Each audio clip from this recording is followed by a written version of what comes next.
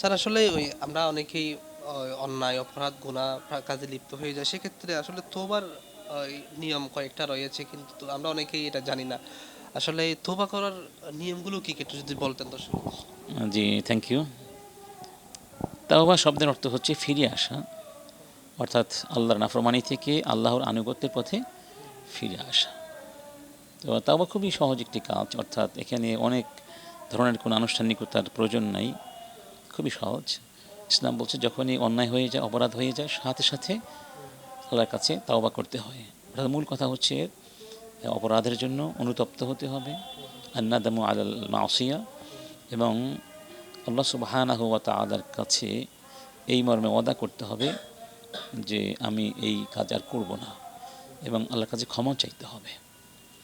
পাশাপাশি যদি মানুষের কোনো হক নষ্ট হয়ে থাকে তাহলে সে হকগুলোকে ফিরিয়ে দিতে হবে। এই হচ্ছে মোটামুটি তাওবার মূল কাজ আর কি। তো অনেক সময় আমরা মনে করি যে তাওবা পরে করব, বা মোটামুটি অনেক কিছু সাজিয়ে গুছিয়ে আনুষ্ঠানিকভাবে তাওবা করব, বিষয়টা এরকম নয়। বরং যখনই গুনাহ হয়ে যায় তখনই তাওবা করতে হয়, এটা ফরজ। মানে গুনার পরে তাওবা না করে এটা আরেকটি গুনাহ। অতএব তাওবার ক্ষেত্রে অবশ্যই আন্তরিক হতে হবে, এখলাস থাকতে হবে, এবং আল্লাহর সামনে নিজেকে ধরা দিতে হবে, আল্লাহর পথে ফিরে আসতে হবে। আল্লাহ পাক বলছেন ফাফিরু ইলাল্লাহ, আমার দিকে পালিয়ে পালিয়ে এসো, অন্যত্র যেও না। এমনকি যদি ব্যক্তি তাওবার ক্ষেত্রে নিষ্ঠাবান হয় যে আমি আর গুনাহ করব না, আমি অনুতপ্ত লজ্জিত, তাহলে আল্লাহ পাক এত বড় সুসংবাদ দিয়েছেন যে ইল্লা মান তাবা ওয়া আমানা ওয়া আমিলা আমালান সালিহা ফাউলাইকা ইউবাদদিলুল্লাহু সাইয়্যাতিহিম হাসানাত, যে আল্লাহ পাক যারা তাওবা করবে, ঈমানকে নবায়ন করবে, ভালো ভালো কাজ করবে, আল্লাহ তাদের গুনাহগুলোকে হাসানাতে রূপান্তর করে দিবেন, গুনাহগুলোকে হাসানাত বানিয়ে দিবেন। সুবহানাল্লাহ।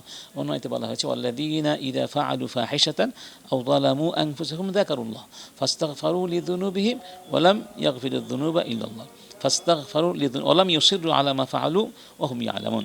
মানে যারা অন্যায় কাজ করবে এবং অন্যায় করে সাথে সাথে তাওবা করবে, হ্যাঁ, এবং আর গুনাহ করবে না, ইসরার করবে না, মানে একটি গুনাহ বারবার সে করবে না, আল্লাহ পাক তাদের তাওবা কবুল করবেন, তাদেরকে আল্লাহ পাক মুত্তাকি বলে আখ্যায়িত করেছেন। ধন্যবাদ স্যার, আপনাকে অসংখ্য ধন্যবাদ।